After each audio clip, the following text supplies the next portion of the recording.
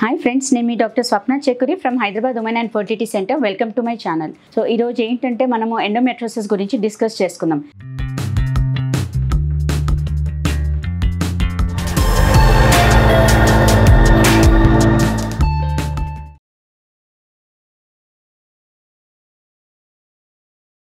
So basically endometriosis అనేది ఎలా అంటే మనకు మామూలుగా లేడీస్లో ప్రతి నెల పీరియడ్ స్టార్ట్ అయినప్పుడు గర్భసంచి లోపల లైనింగ్ దాన్ని ఎండోమెట్రియం అంటాం.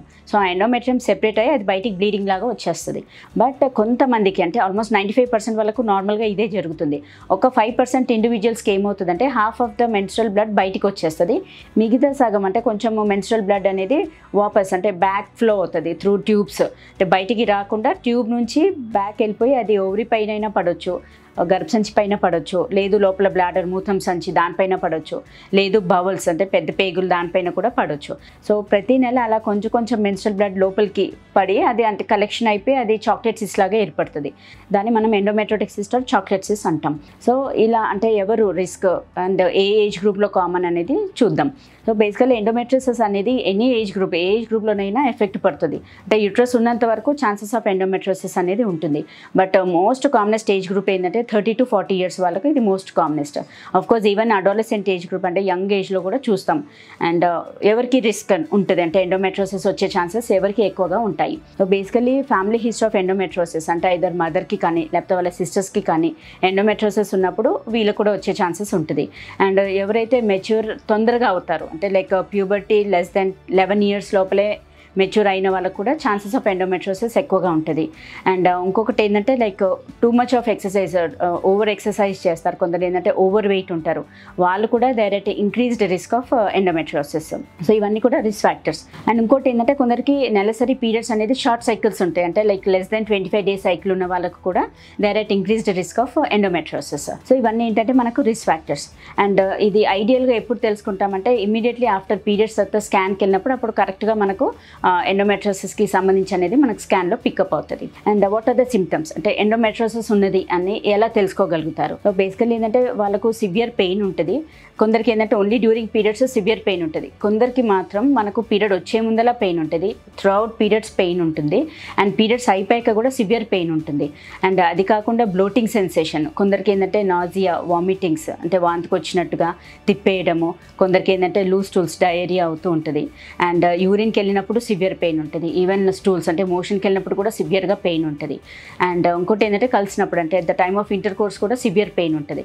సో ఇవన్నీ ఏంటంటే మనకు ఎండోమెట్రియోసిస్కి సంబంధించిన లక్షణాలు. అండ్ పీరియడ్స్ ఏంటంటే రాను స్కాంటీ ఫ్లో అవుతుంది. అంటే ముందు సపోజ్ 5 days బ్లీడింగ్ ఉన్నది, ఇప్పుడు కాస్త 4 days 3 days అలా నెలసరి తగ్గిపోతూ ఉంటుంది. అండ్ వచ్చే బ్లీడింగ్ కూడా చాక్లెట్ కలర్డ్గా చిన్న చిన్న క్లాట్స్ లాగా పడుతూ ఉంటుంది. సో ఇవన్నీ ఏంటంటే మనకి ఎండోమెట్రియోసిస్కి సంబంధించిన symptoms. And actually what's the main reason for endometriosis? So basically ఏంటంటే మనకు hormonal imbalance could be one reason. ఇంకోటి most commonest genetics and environmental factors, ఇవన్నీ దీనివల్ల కూడా మనకు ఎండోమెట్రియోసిస్ వచ్చే ఛాన్సెస్ ఉంటుంది. And hormonal imbalance, vitamin D deficiency, ఇవన్నీ కూడా ఎండోమెట్రియోసిస్కి దారి తీసే ఛాన్సెస్ ఉంటుంది. సో దాన్ని హౌ డు యూ డిటెక్ట్ అంటే మనం ఎలా తెలుసుకోగలుగుతాం ఎండోమెట్రియోసిస్ ఉందా లేదా అనేది? First and foremost is like history taking. కంప్లీట్గా డీటెయిల్ హిస్టరీ అంటే పేషెంట్కి వాళ్ళకు ప్రాబ్లమ్స్ ఏమున్నాయి అండ్ సిమ్టమ్స్ బట్టి కూడా మనం ఒక డయాగ్నోసిస్కి వస్తాము. ఆఫ్ కోర్స్ కంక్లూషన్ అనేది మాత్రం అంటే confirmation of the diagnosis is with the help of ultrasound. So మనం స్కాన్ చేసినప్పుడు ఏంటంటే చిన్న చిన్న ఎండోమెట్రియోటిక్ డాట్స్ ఉంటే మాత్రం స్కాన్స్లో కనిపించదు. But ovarian cyst like endometriotic సిస్ట్లు అంటాం, అది మోర్ దెన్ 3 centimeters అలా ఉంటే మాత్రం ఈజీగా పికప్ అవుతుంది. అండ్ సన్నగా డాట్స్ లాగా ఉన్నది మాత్రం sometimes it may not be picked up on ultrasound, only on laparoscopy అది మనం ఐడెంటిఫై చేయగలుగుతాం. సో ఇలా మనం డయాగ్నోస్ చేస్తాం. So what are the treatment options available? So treatment options అంటే again it depends. Younger age గ్రూపా, లేకపోతే వాళ్ళు ఫర్టిలిటీ వైజ్ అంటే ప్రెగ్నెన్సీ పరంగా ప్లాన్ చేస్తున్నారా, లేదు వాళ్ళకు ఫ్యామిలీ కంప్లీట్ అయిపోయిందా. సో అలా ఏజ్ గ్రూప్ బట్టి ట్రీట్మెంట్ ఆప్షన్స్ ఉంటాయి. యంగర్ ఏజ్ గ్రూప్ అంటే అడాలసెంట్ ఏజ్ గ్రూప్స్ వాళ్ళకంటే అన్మ్యారీడ్ గర్ల్స్కి ఇలా ఎండోమెట్రియోసిస్ ఉన్నప్పుడు స్మాల్ సిస్ట్, చిన్న సిస్ట్లు ఉంటే మాత్రం మనం జస్ట్ అబ్జర్వేషన్లో ఉంచుతాము.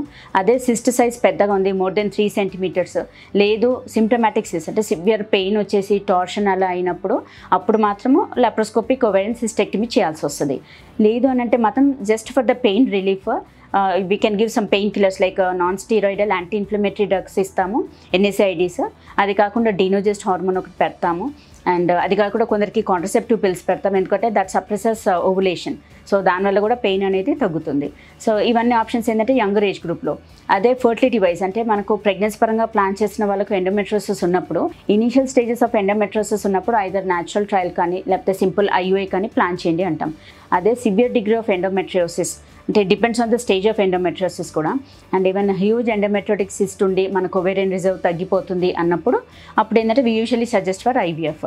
మళ్ళీ ఒవేరియన్ సిస్ట్ తీయడం అవసరమా లేకపోతే డైరెక్ట్ ఐవీఎఫ్కి అనేది కూడా there is a lot of debate on that. ఎందుకోసమంటే మనకు ఒవేరియన్ సిస్టెక్టమీ చేయడం వల్ల కూడా రిజర్వ్ తగ్గే ఛాన్సెస్ ఉంటుంది. And again it depends on the AMH value. AMH బాగానే ఉంది అంటే మాత్రం సిస్టెక్టమీ ఫాలోడ్ బై ఐవీఎఫ్. లేదు ఏఎంహెచ్ 2లో చాలా తక్కువగా ఉంది అన్నప్పుడు మాత్రం వి స్టిమ్యులేట్ చేసి ఎగ్స్ అని మనకు బయటికి తీసాక అప్పుడు ఈ ఓవేరియన్ సిస్ట్ దాని గురించి ఐదర్ సర్జరీయా లేకపోతే హార్మోనల్ ఇంజెక్షన్స్ కూడా ఉంటాయి సప్రెస్ చేయడానికి. సో ఇట్ ఆల్ డిపెండ్స్ అన్నట్టు, అంటే stage of endometriosis, their hormones, husband profile, వీటన్నిటి బట్టి కూడా మనం డెసిషన్ తీసుకుంటాం. అదే ఫ్యామిలీ కంప్లీట్ అయిపోయింది అంటే elderly ladies like after 40-45 age వాళ్ళకు సివియర్ ఎండోమెట్రోసిస్ ఉన్నప్పుడు అప్పుడు what are the treatment options. వాళ్ళకు కూడా ఫస్ట్ ఏంటంటే ఫర్ ద పెయిన్ రిలీఫ్ మనం ఎన్ఎస్ఐడిస్ కానీ కాంట్రసెప్టివ్ పిల్స్ కానీ లేకపోతే డీనోజెస్ టాబ్లెట్స్ కానీ ఇస్తాం. సో దాంతో రిలీఫ్ లేదు అన్నప్పుడు అలా ఉన్నప్పుడు ఏంటంటే అట్లీస్ట్ మెరీనా ట్రై చేయండి అంటాం. మెరీనా ఏంటంటే ఇట్స్ హార్మోనల్ కాపర్టీ లాంటిదే, కాకపోతే దానికి హార్మోన్ ఇంప్రెగ్నేటెడ్ ఉంటుంది. డైలీ కొంచెం హార్మోన్ అందులో నుంచి రిలీజ్ అవుతుంది. సో అదొకటి ట్రై చేయండి అంటాం.